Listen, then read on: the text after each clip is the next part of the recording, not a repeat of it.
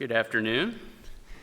A couple Sundays ago, I was in the brainstorming phase of lesson development, and Mike Berry happened to be preaching that morning, and he did a great lesson on marriage, talked about the story of Jacob, and then that night, Caleb did a character study on Joseph, you might remember. And so Caleb made the point that everything in the Bible is there for a reason. And so I thought I'd use those two topics as inspiration for my study this afternoon. When I read through Genesis, the whole second half of the book is dedicated to the story of Joseph, Jacob first, and then Joseph. But inside those chapters, there's these little almost random side stories that seem inserted into the narrative. And so stories like the Dinah incident, or you'll be reading along about Joseph, and then all of a sudden there's the chapter about Judah and Tamar. And so I wanted to talk about why those stories are in there, and we'll look at those and see how they all relate ultimately to the story of Judah, and how they're intended to show that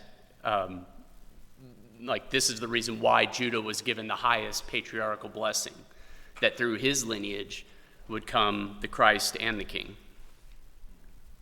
So before we cover those topics, I want to briefly look at blessings and kind of understand that a little bit better.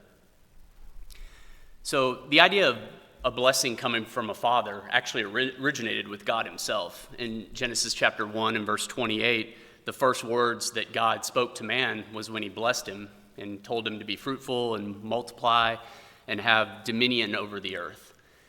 And then when God called Abraham, or Abram at the time, out of Ur of the Chaldeans, in Genesis chapter 12 and verse 1 through 3, he blessed him. And depending on how you count, he made a covenant with him, but depending on how you count it, he gave him 7 blessings. He said he would make him a great nation, that his descendants would be as numerous as the stars of the sky. He would make his name great. He said, I will bless those who bless you and curse those who curse you. And he also promised that in Abraham, in his seed, all the families of the earth would be blessed. And of course, we know that's a reference to the Messianic promise of the Messiah. And one other blessing that he gave in the Abrahamic covenant was he said, you shall be a blessing to others. So God then, and Jonathan kind of alluded to this, he personally reaffirmed this covenant to the third generation, to Abraham, to his son Isaac, and to his grandson Jacob. So those 3 patriarchs were all given the blessing to bless others. And they were given the power to prophesy. And once their prophecy was made, they couldn't take it back. For example, when you think about when Isaac unintentionally blessed Jacob, and then Esau came in from hunting and he said, hey, it's me, your firstborn, and Isaac couldn't take back his blessing, right? He could only give him a blessing that eventually he would break that bondage. But we see that we'll talk a little bit more about this ability to prophesy and to bless and curse from that. So when we look at the patriarchal blessings, there's really 2 separate blessings that Abraham, Isaac, and Jacob gave to their children shortly before they died. These blessings were obviously taken very seriously, as in the example of Jacob and Esau, but one of the blessings was for the firstborn to be entitled to a double portion for his inheritance. And in fact, Moses later recorded this blessing of the firstborn as law in Deuteronomy chapter 21, verse 15 through 17.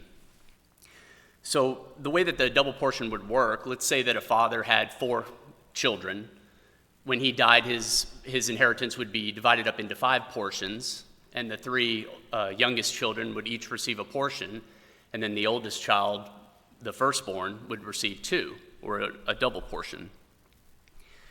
And so this was obviously very important to them, but as we see through the Bible and the stories of the patriarchs, they didn't always give the double portion blessing to the firstborn.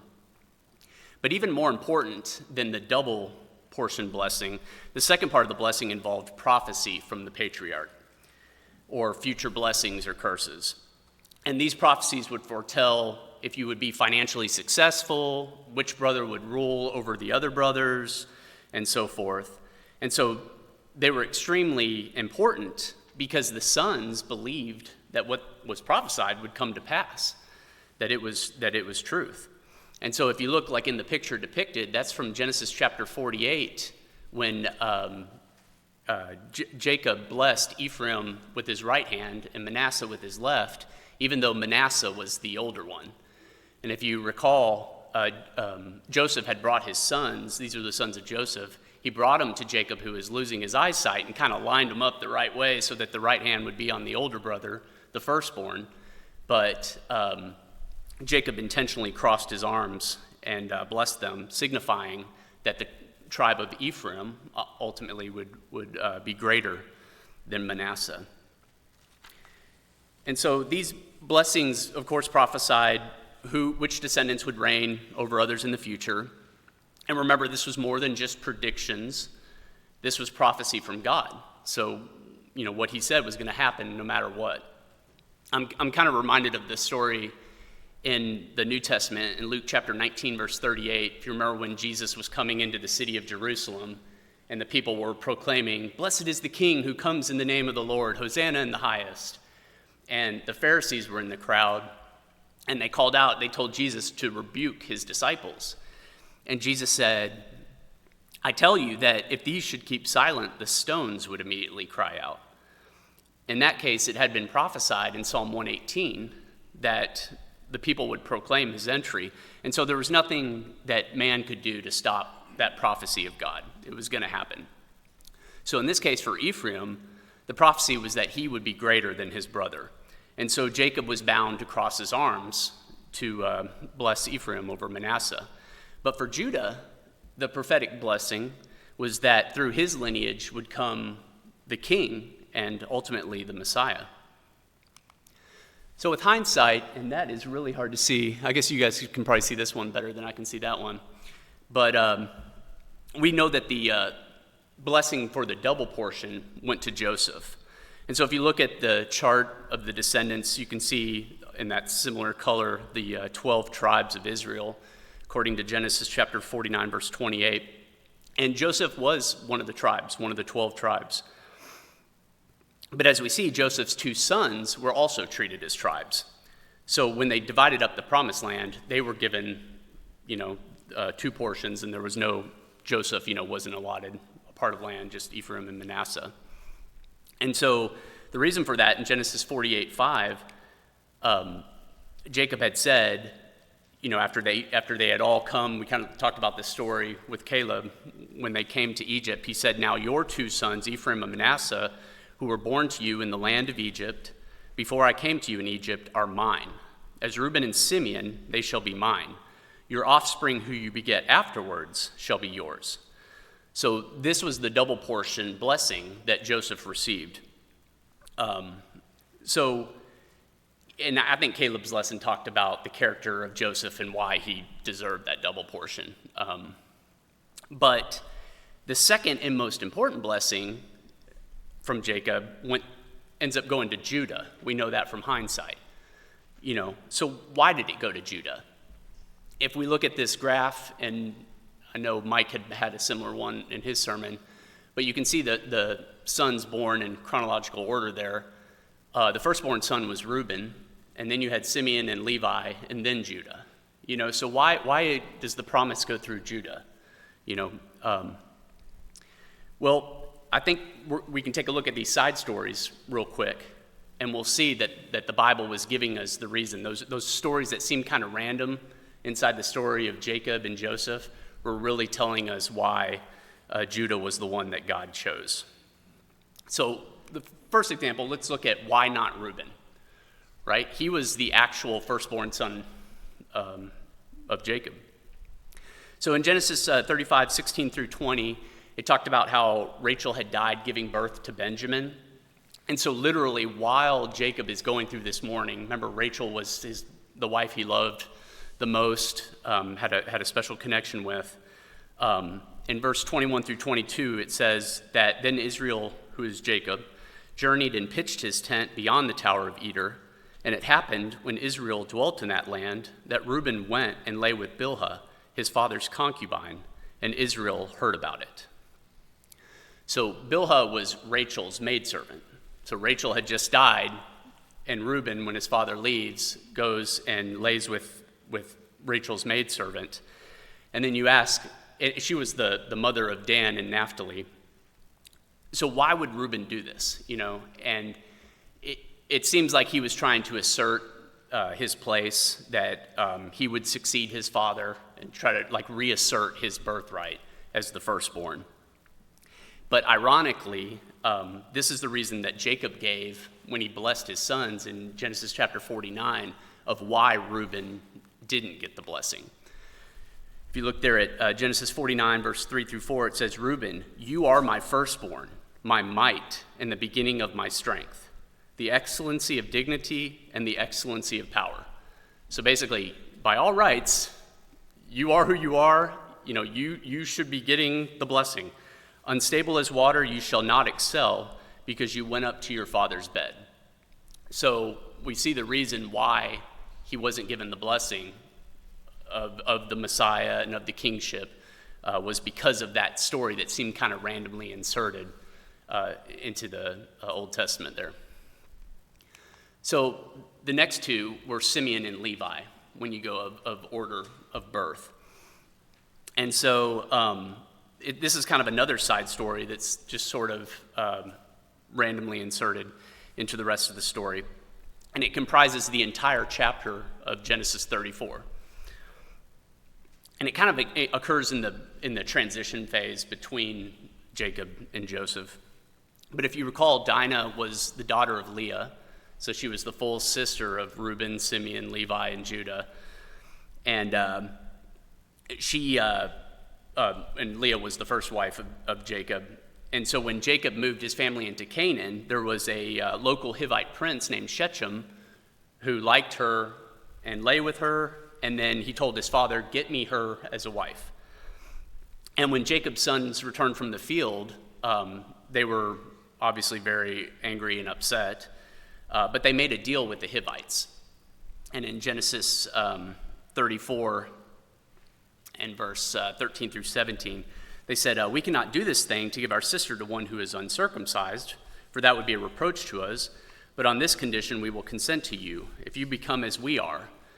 If every male of you is circumcised, then we will give our daughters to you, and we will take your daughters to us, and we will dwell with you, and we will become one people.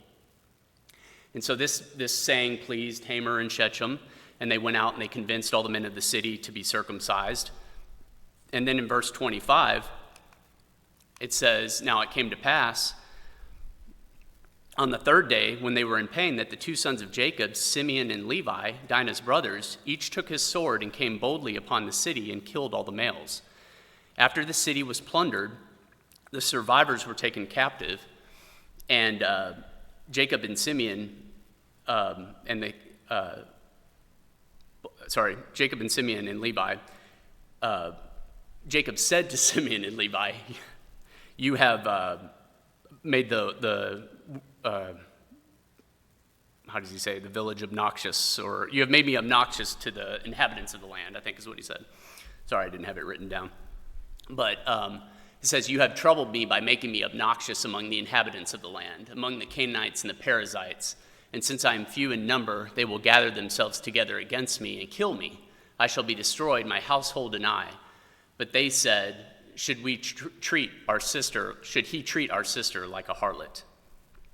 So basically what happened here is that, they were so, what they did was kind of understandable, but they were so consumed by anger and malice that they made a unwise decision and put at jeopardy the entire family. All their kids and everybody could have been, killed by the people of the land. But then furthermore, when they were confronted by their father, they remained unrepentant. And so in Genesis chapter 49, when Jacob gave his blessings to his sons, he actually blessed each son individually and almost according to birth order. You'll notice in chapter 49. But for Simeon and Levi, he lumps them together. Those are the only two that he lumped together of all the sons. And he said in 49 verse 5, Simeon and Levi are brothers. Instruments of cruelty are in their dwelling place. Let not my soul enter their council. Let not my honor be united to their assembly.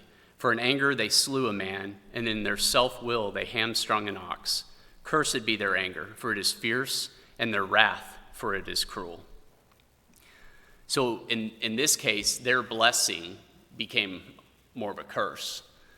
And you can see with the chart there to the right, this is how the tribes were settled in the Promised Land. And if you notice, Simeon is kind of inside Judah. So one of the prophecies there was that he would scatter them in Israel. And so Judah, one of the blessings they received is they actually got the most land in the Promised Land. Manasseh is on the other side of the Jordan, so that was outside the Promised Land. And another fun fact, Manasseh was actually the smallest tribe, number-wise. But Judah was the largest, and they got this big piece of land, but it was so big that they couldn't even, cover the whole area. And so Simeon was actually put inside Judah, and so they're sort of engulfed by Judah. And of course, we know by the time, which I think Jonathan alluded to this morning about the Assyrian captivity and the 10 lost tribes, one of those 10 would include Simeon. So at that point, when Judah and Israel after the death of Solomon, broke into two separate countries, Simeon was either just, engulfed into Judah, just became a part of that nation, or they migrated to the north, or whatever might be. But definitely by the time of the New Testament, there's no mention of Simeon. The only tribes are Benjamin, Levi, and Judah. And of course, we know Levi was scattered in the fact that they were the priests, right? So they didn't even have their own promised land. They were scattered throughout all the land. So it kind of makes you wonder if even this prophecy is part of the reason that God chose Levi to be the tribe of priests. Maybe that had something to do with it. But we can see here then why not Reuben, and why he specifically says in chapter 49, when he's giving his blessings, why not Simeon and Levi? So why Judah? Why did God choose to bless Judah? We know that in Genesis, Judah made a lot of horrible mistakes too. If you recall from Genesis 37, Reuben was the one that prevented his brothers from murdering Joseph initially, and he said to put him in a pit. And it was Judah who came up with the idea when they saw the Ishmaelites, or some of your translations might say Midianites, coming, the traders, to sell him into slavery. So that was actually Judah's idea, to sell him into slavery. After Joseph went down to Potiphar and to Egypt, then there's this side story insertion into the story of Joseph of a whole, chapter 38 of Genesis. And this is, after he was taken and Jacob thought his son was murdered, Jacob kind of went into a deep depression. And when that happened, Judah also sank. It seems like he sank to an all-time low. And at this point in his life, he left his family. He moved off and married a Canaanite. He had 3 ungodly sons and lived away from his family. And so it seemed like he was at his low point at that point. But the first son died, and so the custom at that time was for the next oldest brother to marry the wife, and in this case, the wife's name was Tamar. And later, that would also become a commandment in the Old Testament. In Genesis chapter 25:6, it says, "And it shall be that that's Deuteronomy, it shall be that the firstborn son which she bears will succeed to the name of his dead brother, that his name may not be blotted out of Israel." So later on, they actually made that part of the law to marry the widow. And as we discussed with the blessings before, this firstborn would be considered part of that deceased brother. And so who was the first brother, didn't do it because he knew that the heir wouldn't be his, is what the scriptures tell us. And so God actually struck him dead. Was the first brother, and Onan was the second one. He struck him dead for not doing his duty and having child with Tamar. And so at that point, just to summarize the story, Judah promised Tamar that he would give her his youngest son once he was of age. And then when the time came for that, he didn't follow through.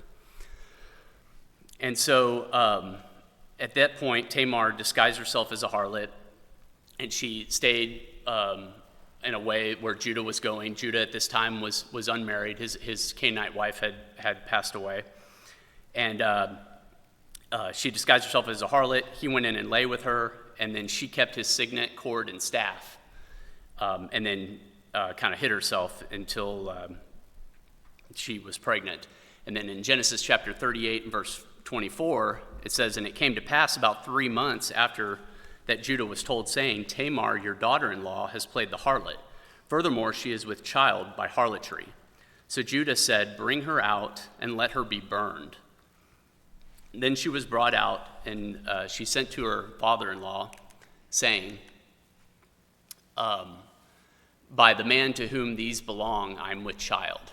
And she said, please determine who these are, this signet, cord, and staff.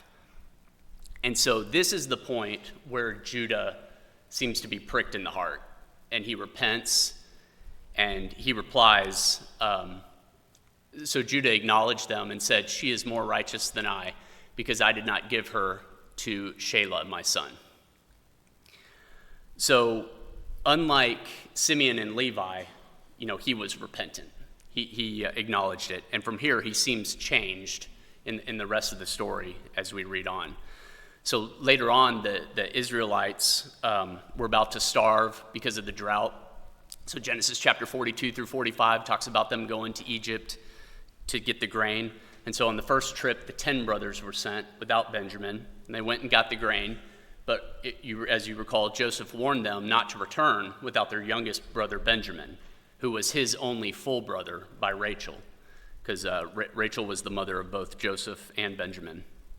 And so in 43, they decide they need to go back to Egypt because they've run out of grain again. And Jacob didn't want them to take Benjamin, and he wasn't going to let them. But the one that convinced him and ultimately saved the people from starvation was Judah.